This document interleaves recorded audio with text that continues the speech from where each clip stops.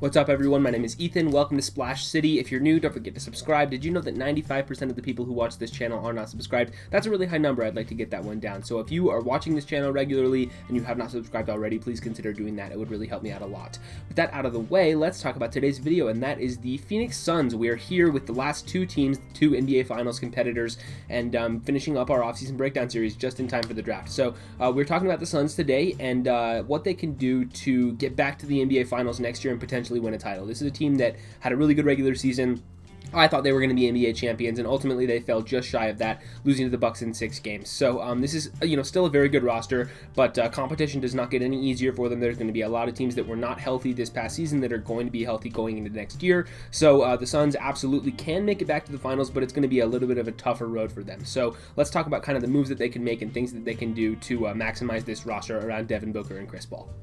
Before we talk about the cap sheet, I do want to mention this Suns team and what they kind of were for me this year. If you have been around for a very long time, you'll know the first video I ever did on this channel, almost exactly a year ago, about 11 months ago, a little bit less than 1 year ago. First video I ever did was on the Phoenix Suns after they went 8-0 in the bubble and then did not make the playoffs because they were so far out of it to begin with that even going undefeated down in the NBA bubble was not enough for them to make the postseason, and they ultimately fell just shy, losing out to the Grizzlies and the Trailblazers in that play-in game. So the Suns were, because of the run that they had in the bubble, I knew that I had always kind of wanted to start a YouTube channel, but when they did that, that kind of was the thing that inspired me to really do it, because I really wanted to talk about that team and kind of what they did and what it meant for the future of the Suns, because I'd always been a big Devin Booker fan, and some of the other players on this team that I'd had a soft spot for, so I was like, okay, I need to really start doing this. So that was really what jump-started me into starting this channel and being where I am right now. So I was really hoping that they could kind of win the title this year, and then it would be sort of a good bookend of, my first series of offseason breakdowns was, the first one I ever did was the Suns, and then the second season would be the last one that I do for that year. So it ultimately was not to be. This will be number 29 out of 30 for the Suns. So I had a lot of fun watching this team this year. I was hoping that they'd win. I'm not super upset about it, of course, because I also am very happy for the Bucks and their fans, and we'll talk about them tomorrow. But it was a little bit unfortunate the Suns lost. I was hoping they'd win. I was kind of cheering for them in this postseason run, especially after the Warriors got eliminated. But it was still a great year for them, and I think they have a bright future moving forward. So here is the cap sheet. This cap sheet looks, it looks pretty clean, actually. They've got a lot of guys who are under contract. A lot of the major players on this roster are already under contract for next year. And then, the guys who are free agents are all the minimum guys, guys on small contracts that should be relatively easy to bring back. And then, obviously, Chris Paul with the player option and his opportunity to enter free agency. So let's start off with him. He has a player option for $44 million. He is widely expected to decline that, is what I've gathered from the league around for the past couple of weeks. Looks like he's gonna seek longer term money. Even though $44 million is a lot of money, he could potentially opt out of that and sign like a 3 or 4 year contract that'll set him up to play for the rest of his career on whatever number that he signs, because he is going to be 37 years old next year, so he doesn't have that many years left. So maybe a potentially 3-year deal is probably the sweet spot for him, and then he can finish that one out and then retire. So looks like he's going to opt out of this one. I would not be worried about him leaving the Suns at all if I was a Phoenix fan. I think he is going to come back. They have to keep him, really. I mean, they're going to offer what it takes to bring Chris Paul back. I don't think that's going to have to be like a max deal or anything like that. But I think that they are going to be more motivated than anybody else to bring him back. Chris Paul's going to want to come back given the run that they just had. I'm sure that he believes that they can win another, they have a shot at another NBA title, even though they ultimately fell a little bit short this year. The roster is still well constructed enough that they should be able to have another shot at it. And realistically, for the next 2, 3, 4 more seasons, however more he wants to play, they should be able to at least be competitive and have a shot at an NBA title over the rest of his career. So I'm sure that he does want to come back. I'm thinking around maybe 20 to 23 million annually, something like that. Maybe like a 3-year $60 million deal, 3-year 65, something like that. Feels about right for Chris Paul. I know that that seems like kind of a lot for a 37-year-old point guard, but given the run that they just had to the finals, given that the team has not been good for so long, and it felt like this was the thing that changed this year, right? I know that the team was already kind of improving, But then adding Chris Paul was the thing that was the catalyst for them to really become an NBA title contender. And without him, they wouldn't have been in the position that they are. So they do kind of have to bring him back. And maybe it's a little bit of an overpay, for a guy as old as he is, and he might decline over the next couple of years. But if you are competing for a title over the next 1 to 2 seasons, it's worth it to give Chris Paul, a little bit of an overpay because the rest of the roster already is so good that you're going to be, in a position to potentially win an NBA title over the next couple of years, and that's probably worth it. Devin Booker is, of course, a lock to return. There was the rumors, for the past couple of years that he may request a trade when the Suns were not a very good basketball team, but now that they are a good basketball team and he just tasted the NBA Finals for the first time and this team looks like they're trending upward, there's no way that he's requesting a trade this offseason. Maybe in 2 or 3 years if they, mess up the Chris Paul thing and they lose some of their good players and all of a sudden the team is not very good again and they're capped out or whatever. But, in a couple of years, if they're not very good, then maybe we see a Devin Booker trade request. But I am fully 100% expecting him back next season. That is a no-brainer. DeAndre Ayton is going to be able to sign his rookie extension, and reports are saying that it's probably going to be a max contract. He earned himself a lot of money this year. After the first couple seasons of his career were not amazing. They were okay, obviously, for the first overall pick. DeAndre Ayton's been a good player. He's been a little bit overshadowed in his own draft class, of course, having to share the spotlight with Luka Doncic and Trae Young and all the other great players that were in that 2018 class. So Ayton's a really, really good player. He's improved a lot over the past year. His playoff run was incredible. Obviously, he had that, game-winning dunk against the Clippers, and he was great all playoffs long. Was not, incredible against the Bucks. Had a couple of, weaker moments there against Milwaukee, but he was not bad. He was just, not as good as he had been for the first couple of rounds. But I fully expect them to extend a max offer to DeAndre Ayton and sign him up for that rookie max extension, keeping him in Phoenix for the long haul. And him and Devin Booker can be the future core of this team, even when Chris Paul is getting older and retiring. Booker and Ayton are 24 and 23. You can see that right there. So those guys are both still very young and can lead this team for many years to come. We have Jay Crowder here on, $9-10 million for 2 more seasons. I expect him back. Jay Crowder is a guy who has bounced around the league a lot over the past couple of years, played for 5, 6, 7 different teams over the past 3 or 4 seasons. He's been traded multiple times, and Jay Crowder is a good player. He's a really good role player. He is, good enough to get paid and to be able to be in a rotation on any team, but not quite good enough to be off the table in trade talks, of course. I don't think they'll trade him this offseason. He showed how valuable he was to this team this year. He's a good role player. He's worth the contract. The veteran mentorship means something for him, given that he now has 2 finals appearances for his career. In the past 2 seasons, he's been to the finals twice, and then multiple deep playoff runs when he was with other teams in the past. So Jay Crowder, I expect him to stick around, and maybe they trade him, going into that expiring year in the following season. But I think for now he's going to remain with Phoenix. Dario Saric is unfortunately injured. He tore his ACL in the finals, and he is most likely going to miss all of next season. The ACL is about, a 12-month recovery, as we know, and given that the NBA is getting back on the regular schedule for next season, the finals are going to be in June rather than in July. So, even if he does make, a miraculous recovery and comes back even a month earlier than he's supposed to, say it's only an 11-month recovery or even a 10-month recovery, that puts him, in the middle of the playoffs for the Suns. Potentially, if they advance to the finals again, he could return for the finals next year, or maybe the conference finals next year, but ultimately they probably would just hold him out at that point and just let him rehab for the entirety of the offseason rather than rushing him back. So looking like Sarge is going to miss most of next season, and that's a bummer because he was good for them, and they missed him in the NBA Finals.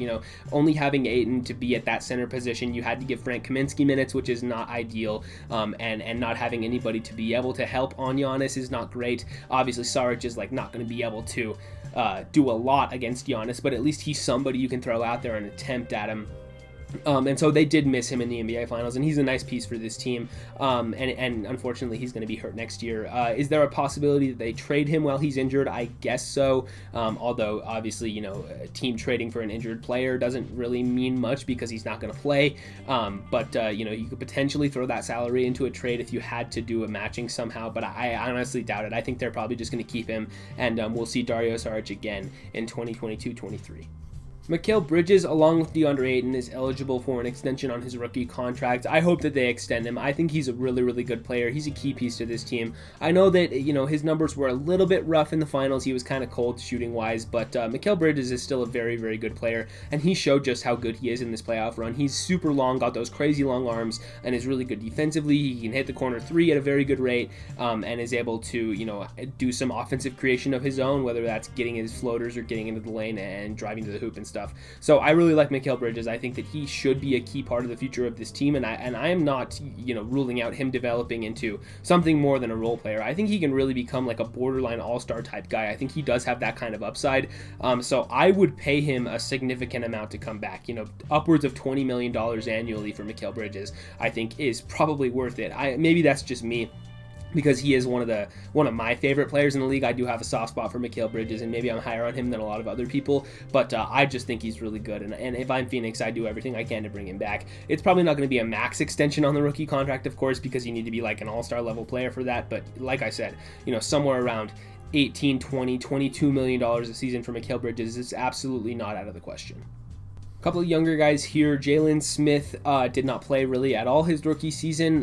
Was kind of on mop-up crew. Got in when it was a blowout and not at any really other time. So I am not sure on Jalen Smith. He's going to have to play in his second season. A guy who was drafted 10th overall and then just basically taking a redshirt year is not ideal. I really don't know how good he is because we haven't seen him on the NBA court.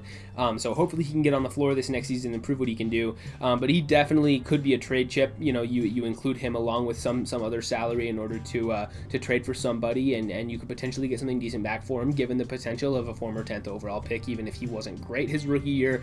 So we'll see on Jalen Smith. I'm not ruling him out being traded, but if he does come back, he's going to have to be in the rotation next year, because if you're drafted top 10, you can't go your first two seasons and just not being on the court. He's going to have to get out there and prove what he can do, and hopefully they'll give him a chance too, because he just hasn't really gotten much of an opportunity, and who knows what the reason for that is, but hopefully he can get on the floor next year.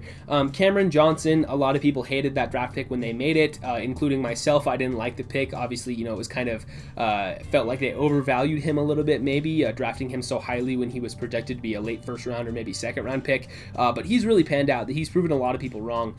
Been a really, really nice player, even though he was older coming into the draft, of course, being like 24, having spent a long time in college, and not having quite the upside that a lot of people thought that he might have, but Cameron Johnson has turned himself into a really nice player, and he's been valuable to the Suns for the last 2 years, and I think that he's going to remain with the team. Javon Carter is also a nice player on a cheap contract. He's good, but not good enough to be, excluded in trade talks. So if you package him, Jalen Smith, and potentially like Dario Saric's salary, even though he's injured, package the three of those together, you could get something decent back if they want to make a splash trade. But if not, then I think that Javon Carter's a nice option to have on the roster. He was, kind of in and out of the rotation, but on a cheap number, he's not bad to have around, and I like him and what he provides. So I would assume that he would be back as well. So now we have a bunch of free agents. Out of these, I think you can really split this into two different groups of guys that you need to bring back, and guys that are kind of, you don't really care that much, but is fine if you do. Cameron Payne and I think Torrey Craig also actually are the two guys that they should really prioritize. Craig was a cast-off from the Bucks. He was just traded for pretty much nothing a little bit before the deadline, and he ends up, providing a decent role for the Suns off the bench this year. Kind of a spark plug guy, was able to come in, hit some threes, defend decently well, and play some minutes at that forward position. So I actually like what Torrey Craig provides, and I hope that they would bring him back on another 1 year minimum, because I think he's pretty underrated. I was kind of shocked when the Nuggets, didn't want to bring him back, and then when the Bucks traded him, I was kind of like, that's a little interesting, because I do think Torrey Craig is actually a pretty good player, and just being a cast-off like that was a little surprising to me. So good for the Suns for jumping on that, and I hope they bring him back. Cameron Payne is going to be imperative for them to re-sign, and that's weird to say, because we know where the value of Cameron Payne was, just a season ago, a year and a half ago, he was out of the league, but now he is in this position where he could earn upwards of $10 million a season to remain with Phoenix. I think that they do have his bird rights, so they can bring him back on a good number, more than some other teams might be able to offer him, and we'll see on the Cameron Payne thing. I would expect him back. They could probably sign him, I'm not sure the exact number, but like something around 12 to 14 15 million a season, maybe 10 depending on what the market looks like for him. But I think maybe, like a 2-3 year deal for Cameron Payne around that number is looking about correct. And I think they do need to bring him back given the, just how well he played this season. And even in the finals, when Devin Booker and Chris Paul were struggling, Cam Payne became the go-to offensive option for them, and he was able to come off the bench and give them some good minutes there. So I really like him. I hope they bring him back. And then the other guys are kind of up in the air. Abdel Nader, I actually think is a little bit underrated. I do like what he brings. And he was, injured for most of the stretch run and returned late in the postseason with a knee injury, I think it was. He's an okay player. He at a minimum, I don't mind Abdel Nader at all. I think he's got a couple of years of production left in him, and if he wants to come back on another 1 year minimum deal, I would like to bring him back. He was kind of a throw into the Chris Paul trade, but I would bring him back. It's not really, we're not really the end of the world either way, but that one I think I would jump on that. And then Langston Galloway, Frank Kaminsky, E'Twaun Moore, I'll lump them all in together. Guys on veteran minimums, I think they're all okay. None of them played a ton this year. I mean, Kaminsky kind of was forced to. He did actually play a decent amount, especially after Dario went down. But even at points during the regular season, Kaminsky was in the rotation. He's not that good, but he's an option, as a big on a minimum contract. He's not the worst you could do, but I would probably go in a different direction than Kaminsky next year if I was Phoenix. Maybe giving Jalen Smith some more minutes or just finding another veteran big on the open market. And then Langston Galloway, E'Twaun Moore, I think are both okay. They're both decent shooters, can give you some three-point production off the bench, but if you don't bring them back, it's not the end of the world because they weren't really in the rotation anyway. And then Tyshawn Alexander on a two-way contract. He's an okay player, 23 years old, maybe some potential there. I would probably try to bring him back if you can, but it's really not the end of the world either way. And then they will have another two-way contract spot to fill, so potentially looking at some other undrafted guys or a younger player around the league. So for the Suns, I think the plan for this offseason just needs to be try to run this back as much as you can. I don't think they need to make really any significant moves. I think that most of the players on this roster should be able to just come back for next year and they'll be competitive again with another year of, getting their playoff scars and getting experience under their belt, because that is a thing, right? And that's why a lot of people doubted them this year, just because a lot of the players on this roster had not been to the playoffs, and that experience did show a little bit in the NBA Finals. So with that under their belt, they should be, a little bit more prepared for next season in the postseason, and hopefully they'll be able to perform a little bit better under the pressure, but mostly just bringing everybody back. You have the big free agents, of course. Chris Paul, I expect him back. I expect Cam Payne back, and Torrey Craig's the other one that I think I would really try hard to re-sign. Other than that, the other guys are kind of up in the air. It doesn't really matter that much what you do with them. And then as far as potential trades go, I think Dario Saric's salary would really have to be included in any significant type of move. I know that he's injured, so his value is lower right now, and I think an injured player does have to agree to be traded, if I'm not mistaken. There's some specific rule about trading injured players that I'm not super familiar with, so I don't know, maybe they can't even do it, but we'll see on that. But the package I did mention earlier of Saric, Jalen Smith, and Javon Carter could potentially get you something back, as well as, maybe a future pick, or even the pick that they have in the first round this year, which is number 29. So late in the first round, they do have their own pick, and I've said this over the past couple of days, but this is one of the deepest first round draft classes in recent memory, and they can add a solid player there as well. So somebody, as a shooting option off the bench, or maybe another backup big if there's somebody available there to potentially take some heat off DeAndre Ayton, especially with Saric out and Kaminsky as a free agent. So those would be some targets for the Suns potentially. I don't think they need to make any splash trade. I don't think they need to make any rash decisions. Just kind of bring back Chris Paul, Cam Payne, Torrey Craig, kind of run this thing back. But like I said, they can't afford to be too complacent. They can't just expect to waltz back into the finals next year, because a lot did have to break right for them to get there this season. I'm not going to be one to say, oh, well, they faced only injured opponents, because you play who's in front of you, and of course that's not the Suns' fault. But the truth is, it's going to be more difficult for them to get back next year, not only with the Lakers presumably being healthy, but the Clippers with Kawhi Leonard, I guess that one's up in the air. Kawhi might miss the playoffs next year. Who knows? He could be potentially back. Klay Thompson back for the Golden State Warriors. You've got a bunch of other teams that are in the Western Conference. The Pelicans are potentially getting better around Zion Williamson. The Grizzlies are getting better maybe. And there's other teams down there, even at the bottom of the playoffs, that are potentially making improvements. Even the Dallas Mavericks, teams like that are going to be better next season than they were this year, whereas the Suns don't have a ton of room to improve unless they make a drastic trade, and like I said, I don't really think they need to, because that might be a mistake anyway. So I feel like Phoenix is probably just going to run this team back. They can't expect to just waltz back into the finals. They certainly are going to have a shot. They're going to be one of the best teams in the conference again. I don't doubt that for a second, but it's not going to be an easy path back for them, but they certainly can do it, and I expect them to be very competitive next year. But that is all I have on the Phoenix Suns and their offseason. Like I said at the top of the video, if you're new, don't forget to subscribe, leave a like, ring the bell if you want to, leave a comment letting me know what you guys think about the Suns and their offseason plans. How much would you bring back Chris Paul for? You know, what's the contract going to look like? Aside from that, what other free agents do they need to bring back? Who do they need to let walk? Who do they target in the draft? We'd love to hear your thoughts in the comments down below. And if you are not subscribed already, please consider hitting that button. It would really help me out a lot. With all that said, I will see you guys in the next one.